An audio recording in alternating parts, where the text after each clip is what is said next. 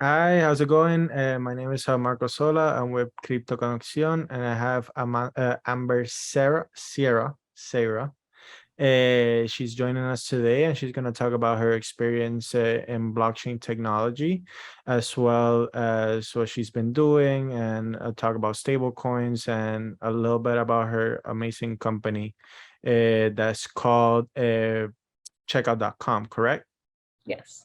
Perfect. So a little bio about Amber. She has done everything in this space. Her resume is pretty extent.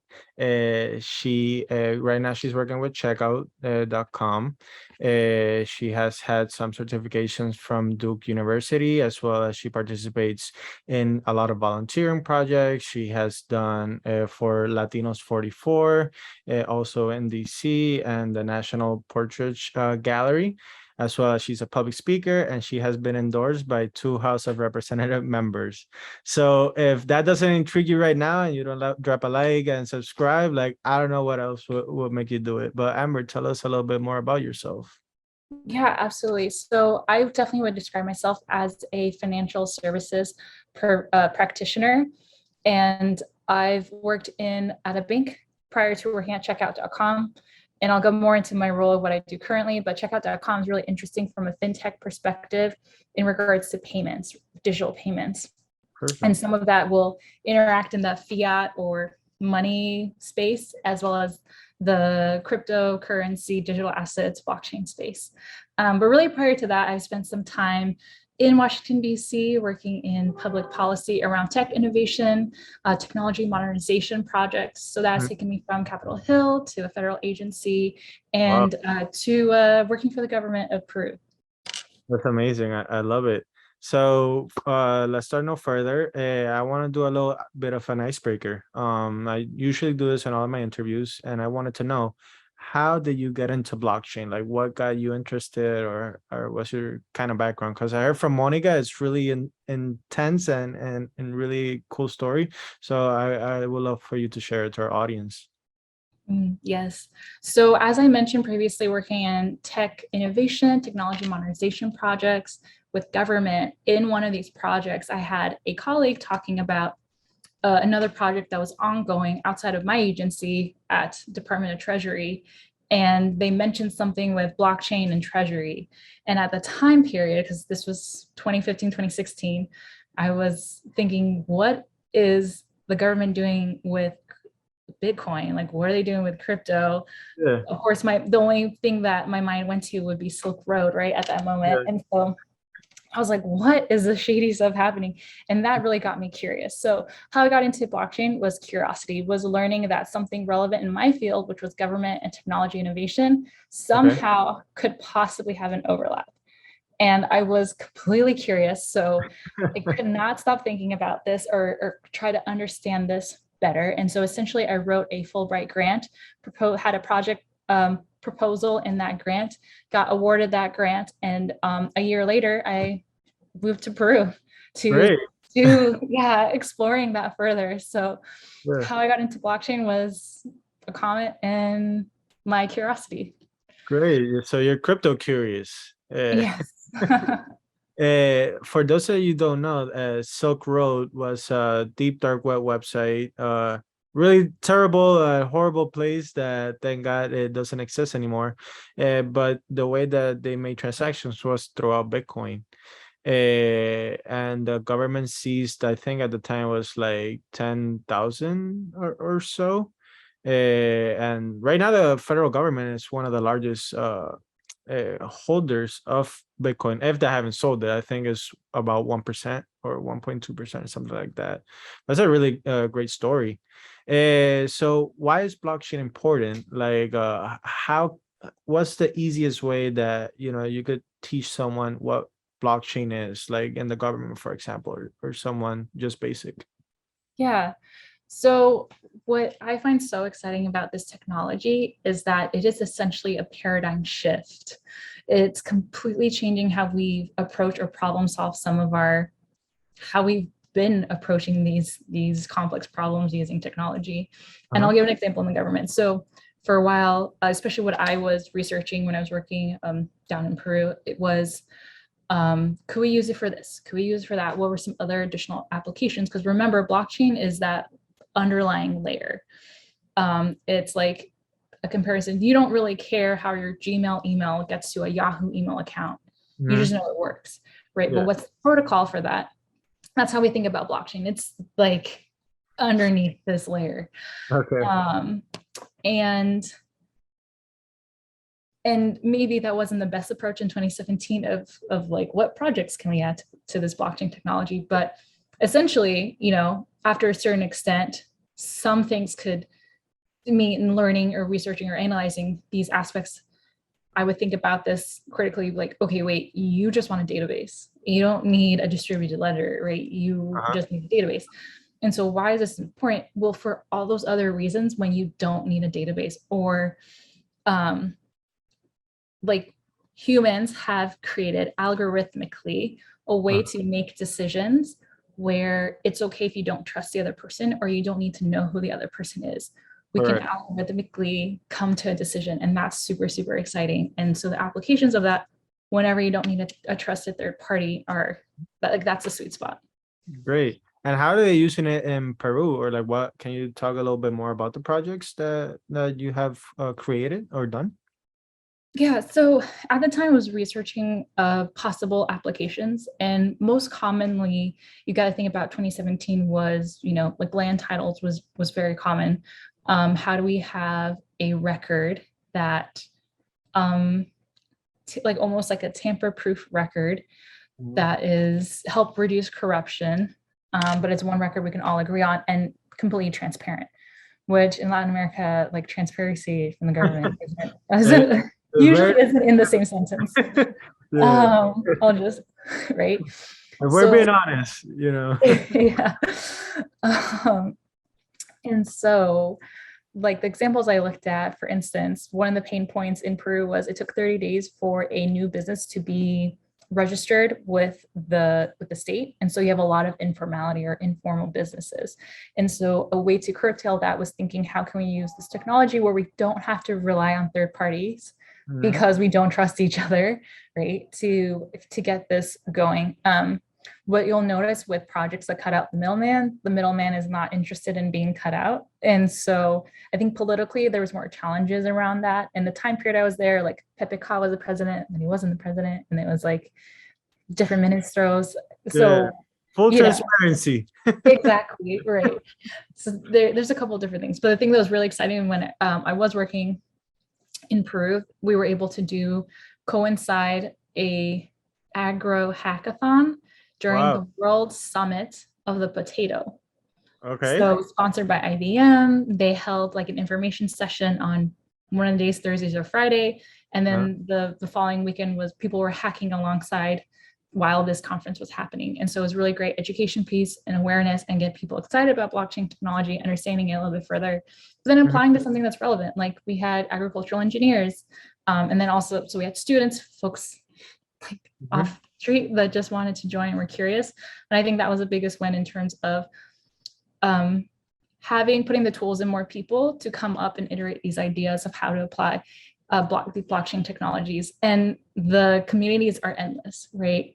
Yeah. This The was beautiful opportunities to about it. join, yeah. Yeah. And so Peru, I feel like that was the angle the government was able to move forward on. In terms of my application was, how do we exactly how can we use technology to uh, Mhm. counteract corruption that might take place? Yeah, I mean, in Puerto Rico it's the same, and not just corruption in the government. You know, like to get a piece of paper to like start a business Es un for trámite. like water, for electricity, like all these kind of things. You know, there is a middleman, and sometimes there's like five middlemen. You know, Mhm, so mhm. I really agree with what you say. And in terms of the hackathon, I've already explained this in Spanish, but for those that are listening in English, like what kind of is a hackathon, so they understand. Yeah, so it's a competition during a limited set of time. Some days, or sometimes could be one day, sometimes it'll last 3 or 4 days. Typically, it falls over a weekend because this is a project people do on their free time. Mhm. And the goal is it's a competition, and to come up with ideas. There's typically a pitch at the end. So you break off into teams. It could be people you've never met before. Wow. You just join teams day of, right? You have an idea. You try to create some type of prototype to explain how your idea would work in solving whatever the theme or the problem presented for the competition. And then Right. you present it. Yeah. So essentially it's a competition that's problem solving. And I think that's where hacking comes in, right? Hacking is problem solving or trying to figure out a new way that hasn't been presented before. Perfect. All right. I love where this conversation is going, and it's only gonna get better, people. So right now we're gonna talk about checkout.com. You know, what your job title is, what do you guys do, like who's your competition, who do you serve? Like I want to talk about checkout.com because I've seen the website and it looks really good. So I just want to know more about it. Absolutely. So I'm a customer success manager for the crypto and digital assets team. And so in customer success, I really love it. It's more of a B2B role. Some CSMs could be B2C, business to consumer. But when I say B2B, I mean business to business. Okay. And so I'm interacting with other businesses. And from checkout.com's perspective, our platform is enabling digital payments and the communities around that would benefit or need these payments to work in however way it happens. So checkout.com is I think they're like a UK unicorn company. So they're like headquartered in London. They have Okay. 19 offices around the world. My manager, for example, is in Singapore. I have teammates in Europe, UK, and across the continental United States.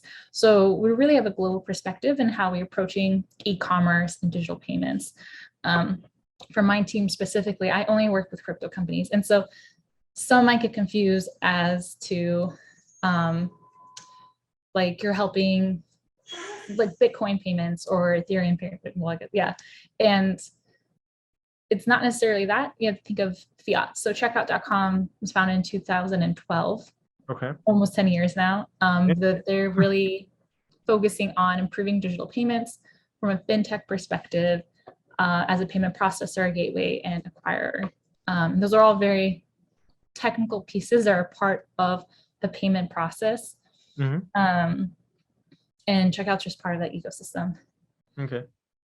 So related to blockchain, I believe we put out a blog post recently with blockchain.com. And so these companies are primarily exchanges or on-ramps, companies that accept fiat for payment. That's where checkout helps them. So for blockchain.com, if you want to use Apple Pay to purchase some Bitcoin or some other type of coin on their platform, checkout.com would be the middleman that coordinates that fiat purchase. Okay. Yeah. And what I find very exciting about this company is that they're also interested in supporting the crypto ecosystem. So most recently on Money 2020, we also announced a stablecoin settlement with the possibility of settlement 24/7. And so this is super technical from a business side, but this is huge because right now our limitations is whenever the bank is open. So it's Monday through Friday. There's a big holiday. You have to wait until Tuesday to get settled and receive your funds. And then not only receiving your funds more frequently, it's in a stable coin, which for our crypto native merchants, that's very useful because they're taking the fiat and converting it to some other type of digital asset anyway. And so it's just, that's really exciting thing that we're doing. Stable coins are a really hot topic, but before we get into that, what is your competition, or like who in the Web2, or like who are you kind of like similar to? Like, are there other companies like doing this, or you guys like have no competition at all? Yeah, so if we back it up a little bit, think of fintech acquirer payment processor. Let me think. So Adyen is one that would be in a similar ballpark. In the US, what's common in the US? Stripe is common in the US. Yeah. So. Okay. And who made the decision for the stable coins? You know, we saw the USDT crash. We've seen a new coin, USDD, depegged already. You know, there's there's still a lot of uncertainty and like a lot of regulation that's needed. Like what made the decision to go into stable coins? Yeah, so the perspective would be trying to support crypto native merchants that they're already converting this into some type of stable coin. Currently, we offer USDC. The goal is to be stablecoin agnostic, but really, those that would make the cut, I imagine, would Hmm. be those that are backed by some type of fiat asset. So, algorithmic, I'm not quite sure that would probably make the cut, Yeah. but something that is more asset backed would most likely be the way to go. Okay, cool. And it's you said it's 24/7, 7 days a week, 365 days, right? Yeah. That's That's the amazing. goal, which in crypto world, they're like, yeah, right. So, but if you have to think about it as a fintech company, Mhm. It's not so. connecting the fiat to the crypto Yeah, companies, yeah, that's the fiat world. So yeah, how can we improve that experience? Yeah, exactly. It's you get it when you get it, 2 or 3 days later. yeah. Like, I mean, right now, my friend, she lives in Argentina, and she wanted to get a camera from Best Buy.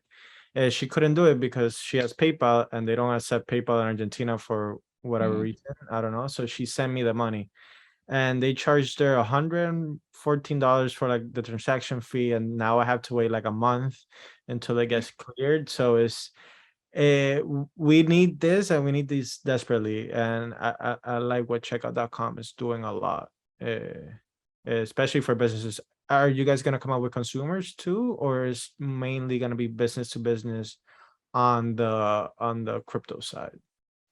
yeah, so I can only speak to what I know has been made available, which is the stablecoin announcement. And so that's stablecoin settlement. So this would be a business to business. But I Okay. imagine our focus in supporting the crypto community, um, like to me that makes sense. But I know right now it's stablecoin settlement, and that's for the business Okay. perspective. Perfect. And since you worked with the government, how is the government going to like regulate this, like all the stable coins? Like, do we need a CBDC, or are stable coins, like the way to go? It's a it's a never ending question, it seems like. Yeah, I think you have to think about the use case and what makes sense. Having a centrally backed digital currency, right? What are the benefits of that? Okay, well, when the US government was issuing out the stimulus checks, right? It was a check sent in the mail that you would get like weeks later, and maybe if you did your taxes, Yeah. like you could get it via ACH. So okay, maybe not a couple weeks later, but still a couple days. So a CBDC in that perspective, or any other type of aid being distributed from the government, would be instant, much more faster, right? And probably cheaper in perspective. Yeah. Um, but the U.S. government was able to cut checks, was able to send it out. So it's it's improvement on a system that already works, Yeah. right? And where CBDCs seem to be really helpful is in systems that don't work, or a stable coin be helpful in systems that don't work. So that reliability of a stable asset Yeah. that can be quickly distributed as well. Like that's you have to think of what's the motivation for doing that. I can see why the U.S. government is researching it. It really seems like China's is rolling out the CBDC, or they're piloting that, and one could argue as an opportunity to monitor everyone's transactions, Yeah. right? It's on a ledger, Yeah. um, so maybe pessimistically from a security standpoint, that could be a concern, or the motivation for that. Yeah. Yeah. From the US perspective, what's the motivation from that? Really, honestly, just trying to keep people interested in the dollar. Because if they're up competing against these other currencies that are faster or cheaper to use, and it's less efficient to use the US dollar, honestly, I think that would be the only incentive. And then is that the good enough incentive for the government to do that? Well, Um, yeah, I mean, yeah, but yeah, I never thought about it that way. So that's a really interesting way to look at it. If it's not broke, then don't fix it in a way. right. But then it's also not. the best. Yeah, Right.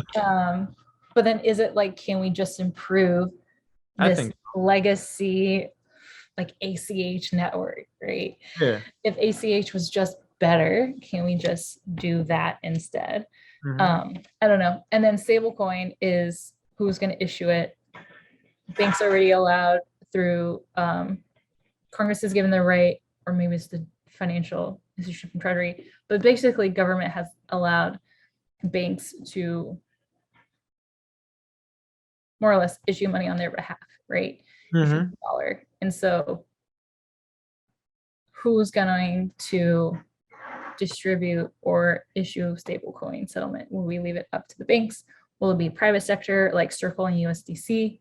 Hmm. Or is the government going to try to do that? Which, again, I feel like if the government tries to say we'll do it, then it's going to Yeah. take forever.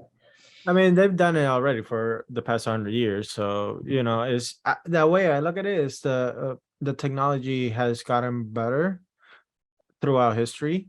Why not keep improving it? I mean, you were talking about stimulus check. I never received mine.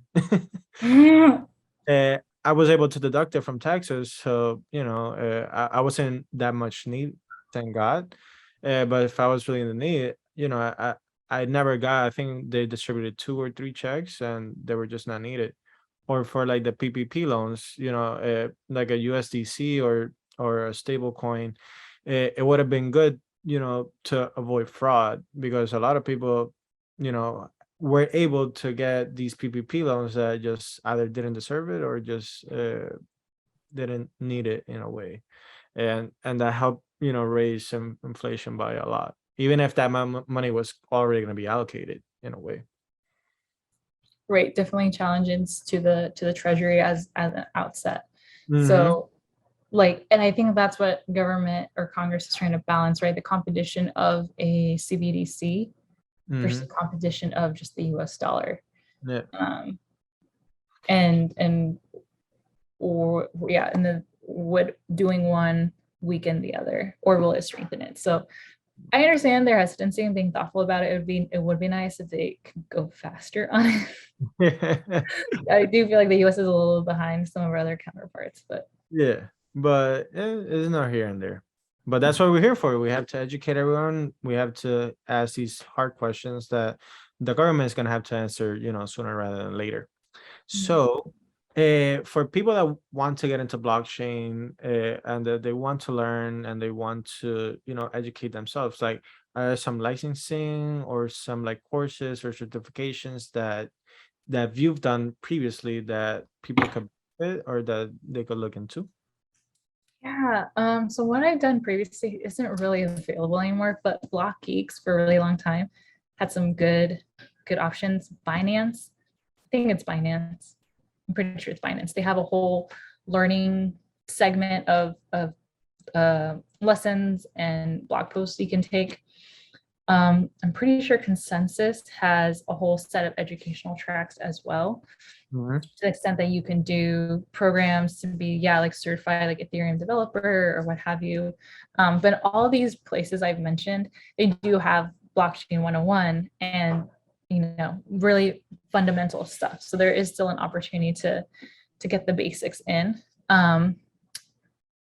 And then on the other hand, the best thing to do with learning is by doing and getting involved in different Telegram or Discord channels. I know Web3 Familia has a lot of education opportunities if you're on their Discord channel, or people are posting different projects to get involved with. And you can start off as an observer.